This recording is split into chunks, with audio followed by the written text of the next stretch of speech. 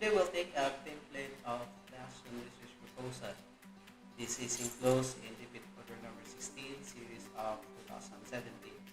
This is part of the Research Management Guidelines of the Department of Education.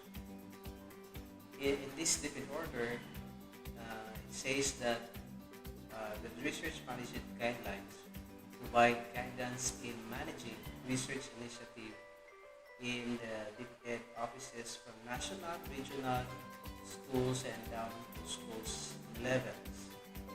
Policy also in this research management guidelines hope to improve support mechanism for research such as funding, partnerships, and capacity building.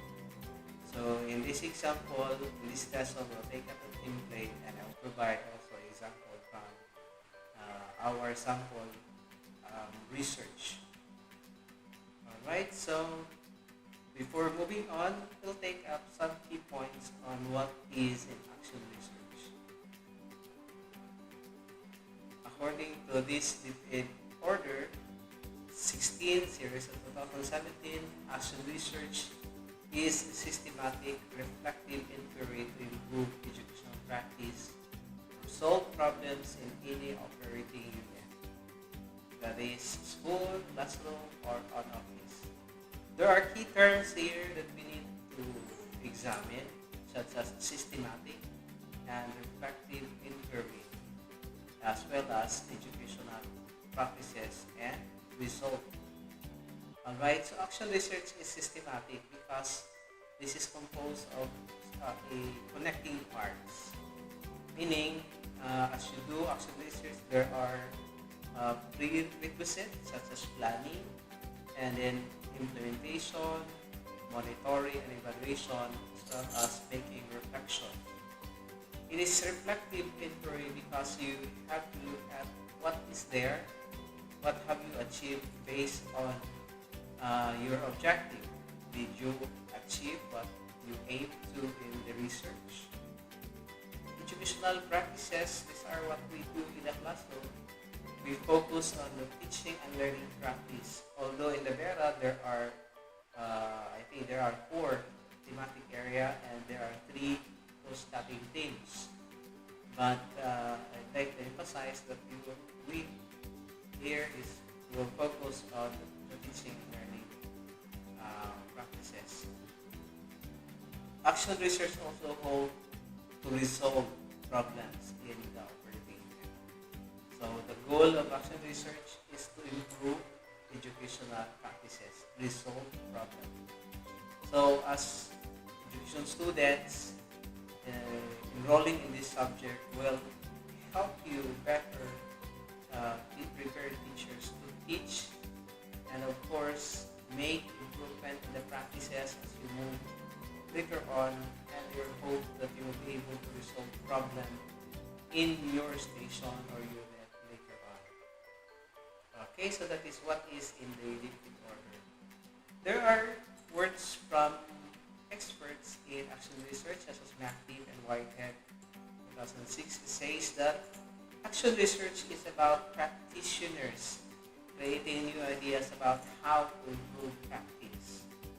Take note, practicing, creating new ideas. Okay, so when you will be there in your classroom, you become practitioner.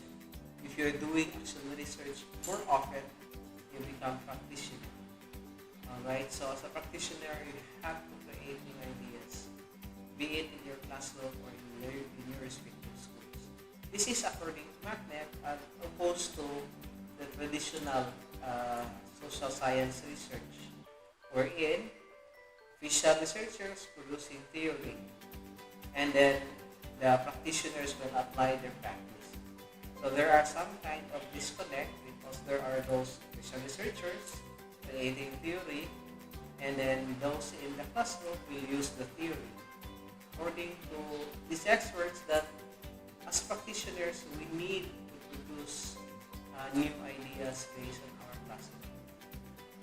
So as student teachers, you need to embrace this paradigm that you have to prepare yourself to become practitioner, and that more than reading those what has been produced as theory from official researchers, quote unquote, you have to produce your knowledge, new knowledge in the classroom.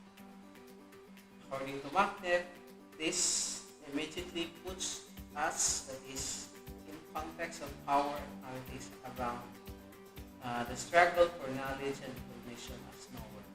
So nonetheless, our focus here is that we as teachers, we are the one creating new ideas in our classroom. This is true because you know better the context in the classroom before. Alright, so as written in the defeat order, this is the minimum requirement of this proposal, but we focus on action, research, and play. Alright, so context and rationale, action, research, question, propose innovation, intervention, or strategy, action, research, method,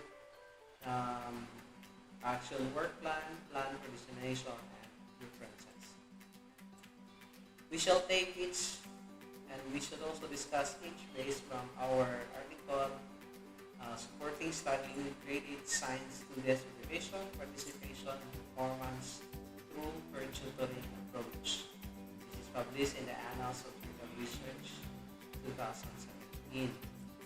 Okay, so from here, from this title, you can already dissect what we have done, like developing the peer tutoring approach as a platform to increase the support, science, students' motivation, participation, and performance. Alright, so the first part is context and rationale. Let's try to define the terms context and rationale. Context, this is the scenario in your classroom. So for our reservist teachers, you do not have yet your classroom, but you can collaborate with your friends, your teachers in the past, so you can have a good assumption of the classroom. Or you can also study in your locality. The context, this is a scenario. This context informed audience. If I am your reader, I know where, who, what, and potentially when of the study. It is therefore much easier for reader to have a better grasp of the research context. The context provides us what's there in your area of study. Whereas the rationale, this is the reason for performing the research study in question. Why you, after knowing what's there in your classroom, why proceed? Why study that particular context? You should be able to convey why there is a need for your study to be carried out. Alright, so further description, context and rationale. This provides description of where the problem originated, how the problem was discovered, and circumstances that surround or revolve around, such as example, result of achievement test. You're a teacher and you're giving long exams, and then you find out that students are not performing well. So this is how you discover the problem. And where does it originate? You have to look at what kind of students do you have? What are these and how are they performing? In our context of modular approach in this pandemic, so what are the bases? How did you discover the problem, and what are the reason behind such kind of performance? If you do it on achievement test, then that's a good basis.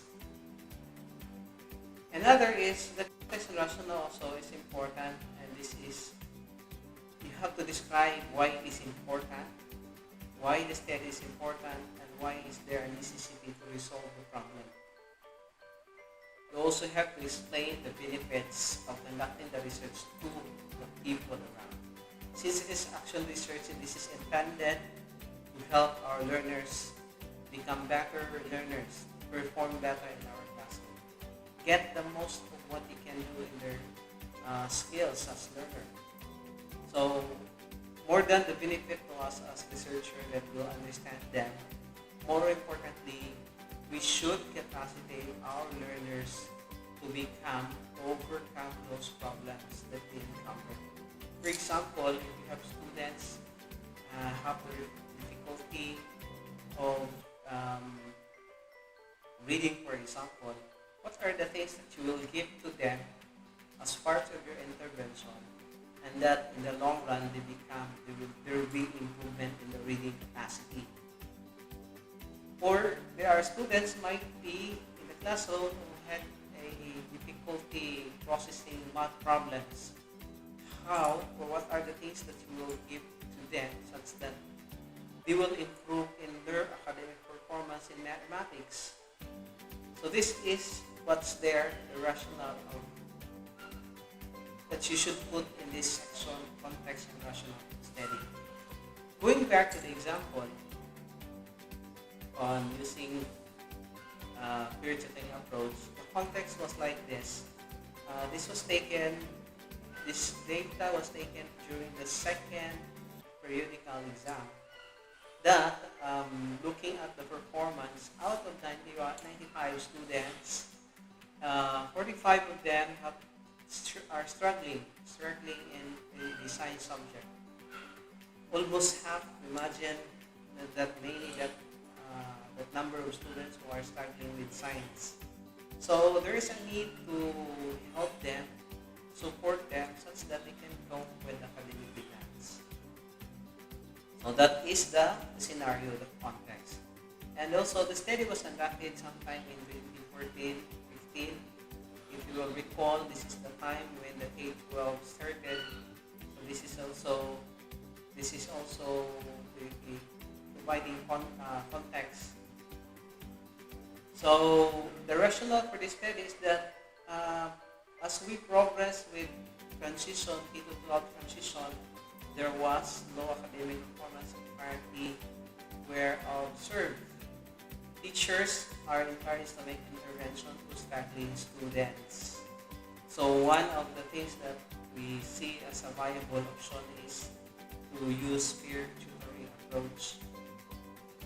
Alright, so that's the reason behind there is a gap of the score. Students are hardly coping with academic demands. And so we need to make intervention. And one of these that we see is peer tutoring approach. There are many, of course. Okay, the next part is action research question. Based on the example, what was the action research question? In this part, we're going to reflect on your experiences and identify the most critical problem that affects your students' learning. So what are these? Why scores like this? So from there, you start asking, like, what are the things that affects their learning process? Well, if you see one, like there might be reading problem, there might be mathematical problem, something like that. So you start to formulate a question on how to solve that particular problem. Example, how does read aloud motivate students to read independently? Maybe in this example, students are they are not yet independent reader. So you are trying to add something which using read alouds. Or it might be the storytelling, increase writing ability or creative writing ability, something like that. Or how do arts increase reading comprehension?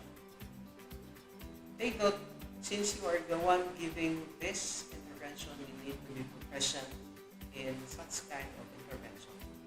For example, if you'd like to increase comprehension and you're using art, you must have the skill in art, or you must have the appreciation with art, so that you can find those who can help you formulate that art as an intervention to your students. In the example, with peer tutoring question, our question was that how does peer tutoring approach support struggling students in their motivation, participation, and performance? We focus on these three things: motivation, participation, performance. Alright? So motivation is this is the perception towards biology for a science subject. It's at that time the focus is biology. Participation is there refers to their attendance to classroom activities. Performance refers to their scores with the examination. So how peer tutoring approach can support these three things. This is the guide question that we had, or this is the question that guides us in this action research. Okay, so the next part is proposed intervention, innovation, and strategy. So here we have to explain the intervention and science literature that supports or validates the strategy to be used. Alright, if you're using it to read aloud, how read aloud will be used in the classroom? What are the scenarios in which read aloud is effective? How do you start?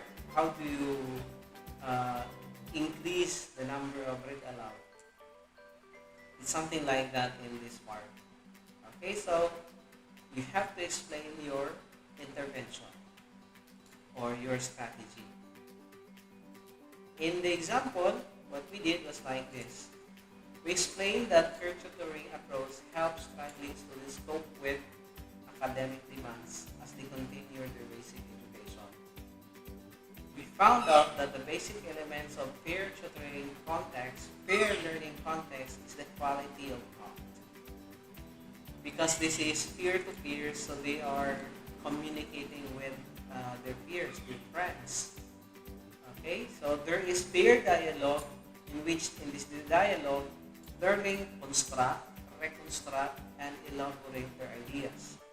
This is according to Tapping and Coley. Studies recommended peers as tutors because they can relate to their age group. So if they are high school students, most likely their language is within what they can understand or within the peers. So peers as tutors because there is relatable experiences with the age group.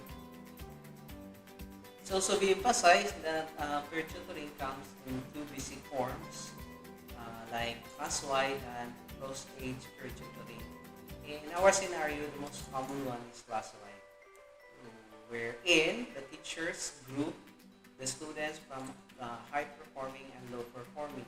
So we usually partner or pair high-performing with low-performing students in the class. So that's why it's called class-wide peer tutoring. The other one is cross-age peer tutoring. Sa cross-age naman, cross-age, so there is that lower age and there's the upper age. For example, in this example, grade 8 students are the tutee. Our tutor was grade 9 students. So we do this because we believe the grade 9 already possess the necessary skill set to teach, or they have the basic foundation of the subject because they have taken that. Alright? So that's the cross age. One in the upper age, the tutee is on the lower age. Alright, so the tutee is grade 8, the tutor are grade 9. So how do we do it? So we structure the peer tutoring. Alright, so there is a twice meeting for the struggling student and the peer tutor. But of course, before that, the tutor will undergo training. There are workshops. Of course, the topic that they're going to discuss will be reviewed first before they will go to their tutoring.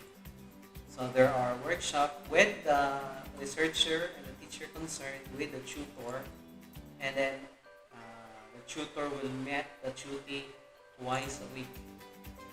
Right? So in the process, there are question packets referred by the researcher and faculty instructor. This will be given to the tutor, and then the tutor will discuss this, will give the question, and then the tutee will answer, and they have to provide provide reason why such particular answer was given by the tutor. So it's not plainly answer question, rather the tutor will ask the question and then the tutor will respond and provide explanation of that particular answer. So they do this twice a week and then they're doing it for the whole reading period. Okay, so that's the innovation or the intervention. Next part is methodology. As you have seen in the order, there are three things here. You need to define, elaborate who are, or describe who are the participants, what are the sources of data or information, where do you get the data, what kind of data, and how do you gather this data. Alright, so in this example, what we did was like this. The participants were grade 8 students.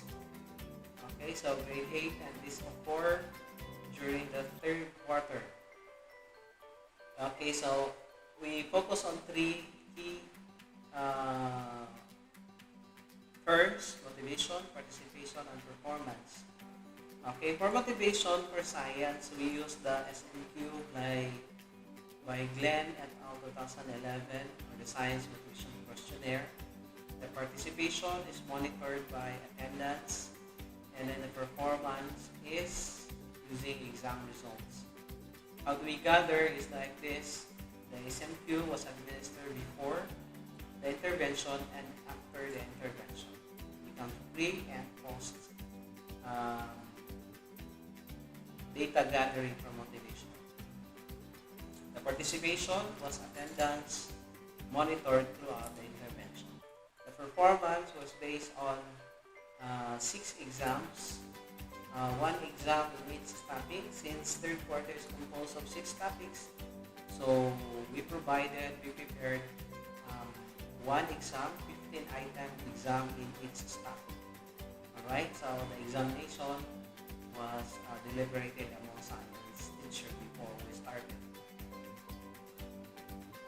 Alright, the next part is plan for dissemination. In the Defeat Order 16/2017, this is clearly discussed there. Alright, so how you're going to present, disseminate your research after conducting the study. Alright, so what's there? You can present your paper during action, learning action cells. So there might be part there wherein you will be presenting your paper.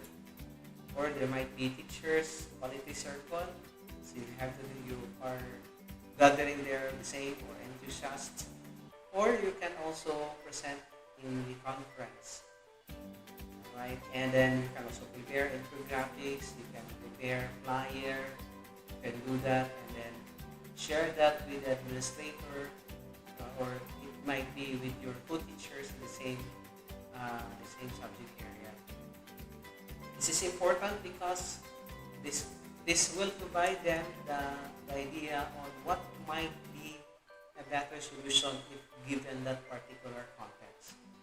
If they encounter the same non-reader students, your research might inspire them that they can collaborate with you, use your method, and apply them in their respective classroom.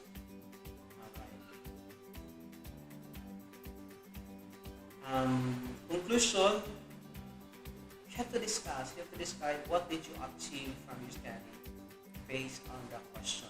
So balikan mo yung action research question. What did you achieve? Okay, so in the example, our question was like this: how does peer tutoring approach support study students in motivation, participation, performance? Based on the data, we were able to conclude that those who accepted peer tutoring sessions accepted because while there are 45 students who are studying, we cannot force them to join. So since this is voluntary, so we give We ask them if they will join, and then they have to give consent that they will accept the per tutoring sessions. All right. So for those who accepted, they had better participation because there were discussions earlier. So when they go to the classroom, they can now respond based on that topic. They also achieved improved examination performance, as you can see in the graph. The orange color, out of 15, they had score 10, 8, 9, 10, with the average of 9 and 10. This is good. This is a good performance for studying students. While we also try to monitor how those who did not accept, as you can see in the gray color, so they are really still struggling. The good thing is that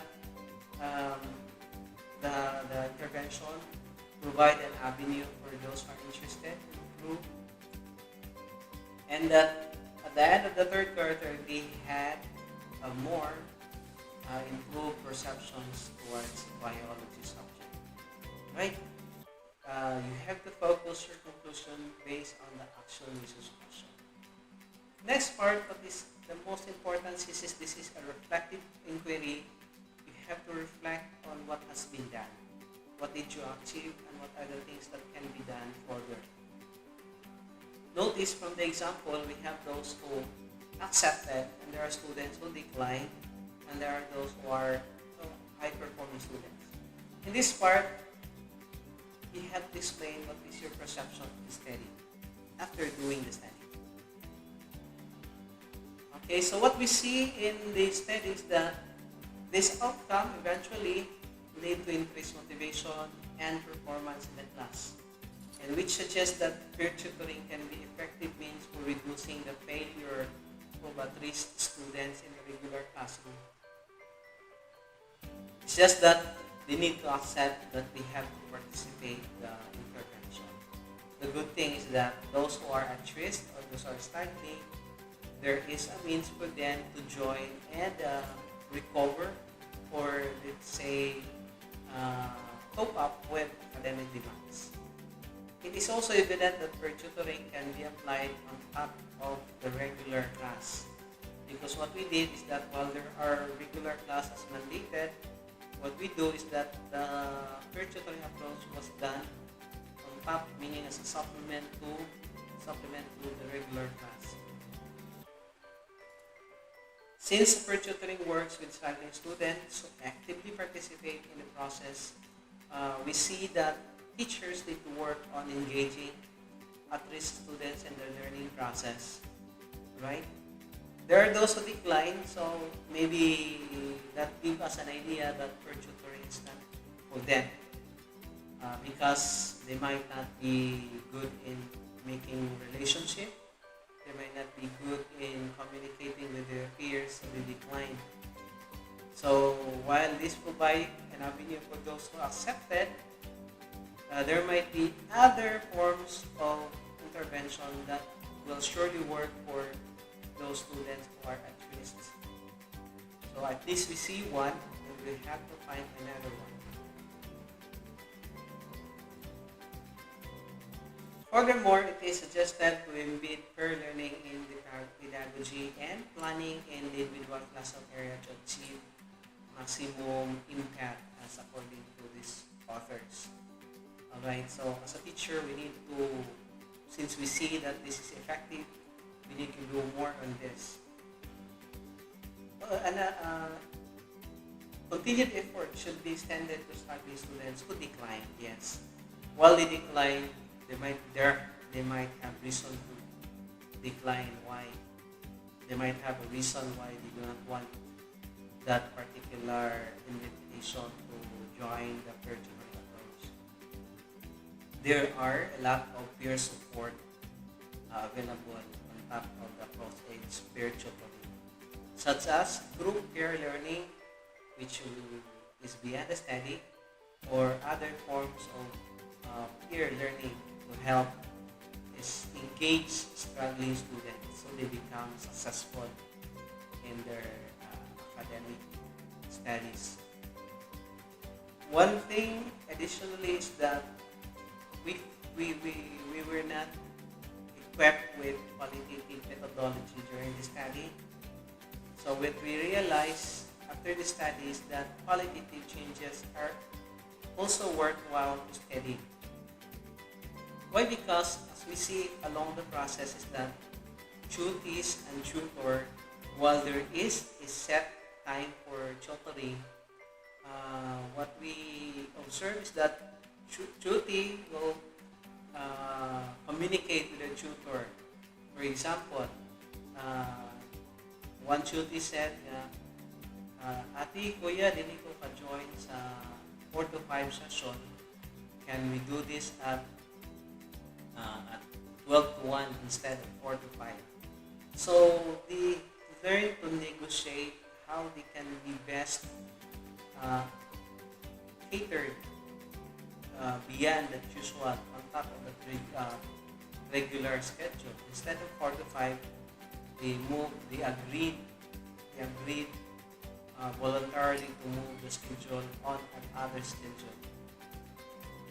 There is another thing that we observe, the use of ate and kuya in our tradition as Filipinos. This is a way of showing respect. And then the tutee also were able to communicate well. Were able to make some instead of following their schedule, but communicate as to when and what kind of changes they can do, so that while he or she missed because of some good reason, but he or she can still be catered on a different schedule. These are things that we see are worthwhile as we do some action research in the future. And then the last part is references. We suggest that you use the American Psychological Association format or the APA referencing format. In this example, this is the structure: author, the year, title of the article, then journal article, volume and issue, and then pages, and then data object identifier in that particular sequence. Right?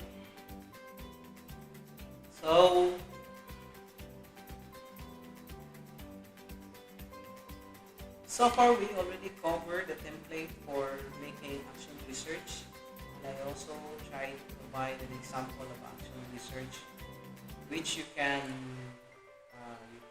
follow so that you can design a good proposal. Students, you need to do this as soon as possible so that your paper will be or proposal will be approved and you can do it as soon as time possible. Okay, with that I say good luck with your proposal. You can write well and you can make change in lives